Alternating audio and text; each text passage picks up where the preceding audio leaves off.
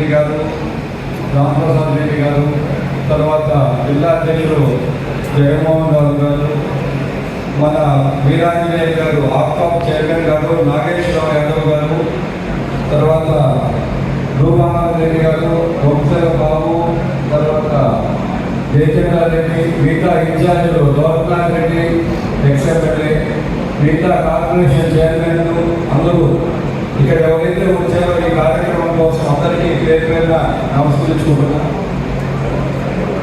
కష్టకాలంలో చాలా మంది ఇక్కడ ఉండే నాయకులు 5 సంవత్సరాలు మనం పోరాటం చేశాం. ఆ రోజు కష్టకాలంలో శ్రీనివాస రెడ్డి పార్టీ అధ్యక్షుడిగా చంద్రబాబు గారు నియమించారు. ఆ రోజు తర్వాత ఆయన కడపకు పోయిన తర్వాత జగన్మోహన్ రావు గారు అని కష్టకాలం అధికారులు ఉండేటప్పుడు పదవులు కావాలనేది గొప్ప విషయం కాదు. అధికారం లేనప్పుడు కేసులు పెట్టించుకొని ఆ రోజు ఎంతో అరాజకం ఇక్కడ ఉండే పెద్దిరెడ్డి రామచంద్ర కానీ మిథున్ రెడ్డి కానీ అప్పుడు ఉండే వైసీపీ ప్రభుత్వం కానీ ఎన్నో వేల మంది పైన కేసులు పెట్టడం జరిగింది. కొనుగోలు కానీ మదనపల్లి కానీ పీలేలో 140 మంది పైన కేసులు. మా బెయిల్ రద్దు కోసం సుప్రీంకోర్టుకు వినారు. ఆ రోజు మా బెయిల్ రద్దు కోసం అంగళ్ళు కేసులు కానీ ఆ రోజు చాలా మందికి పదవులు నేను కోరుతున్న ఈరోజు కమిటీ గారిని, పెద్దలు రామనాథ్ రెడ్డి గారిని, వీరాంజనేయులు గారిని ఆ రోజు ఎవరైతే కమిటీలో వేసినారో వాళ్ళ పేరు వెరిఫై చేయండి.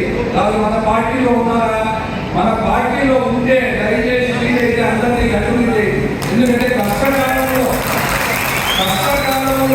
5 సంవత్సరాలు మన అధికారంలో లేనప్పుడు జిల్లా కమిటీలో చాలా మంది ఉన్నారు. ఈరోజు పార్టీలో ఉండి ఈరోజు కూడా యాక్టివ్ ఉంటే నేనే వైసీపీకి పోయింటే పదవులు ఏమని చెప్పలేదు.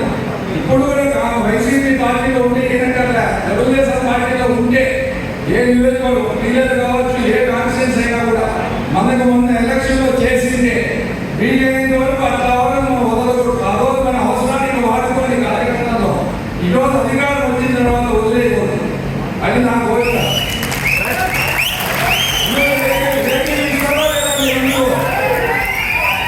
కాబట్టి పెద్దలు ఎవరైతే అందరూ వచ్చినారో ముగ్గురు దయచేసి ఆ లిస్టు తెప్పించుకోండి. అప్పుడు కమిటీ ఏది, జిల్లా కమిటీ ఎవరున్నారు, స్టేట్ కమిటీ ఎవరున్నారు, ఇప్పుడు కూడా పార్టీలో ఉంటే దయచేసి వీలైనంత వరకు న్యాయం చేయాలని కోరుతున్నా. మిగతా ఎవరైతే మిగతా నాయకులు ఉన్నారో, ఎవరైతే పార్టీ ప్రెసిడెంట్ కావాలనుకుంటున్నారో అది బాధ్యత. ఈరోజు అధికారం వచ్చింది ఏదో పైలు తెలుసుకోవచ్చు, జిల్లా అధ్యక్షులు అయితే పనులు అయితే కాదు. ఇప్పుడు ఇంకా బాధ్యత పెరిగింది. అధికారం వచ్చిన తర్వాత కార్యకర్తకు చాలా కోరికలు ఉన్నాయి. కలెక్టర్ ఆఫీసులోనో, రెవెన్యూ ఆఫీసులోనో, పోలీస్ స్టేషన్లో ఒక పార్లమెంట్ ఆఫీసు కొంచెం యాక్టివ్ ఉండే వ్యక్తిని పెట్టగలిగితే మనము ఏ సమస్య వచ్చినా కూడా పార్లమెంట్ ఆఫీసుకి పోయి అతను మానిటర్ చేయాలి. ఎంఆర్ ఆఫీస్ కానీ, కలెక్టరేట్ కానీ, ఎస్పీ ఆఫీస్ కానీ. కాబట్టి అప్పుడు అధికారం లేనప్పుడు వైసీపీతో పోరాటం చేసినాం.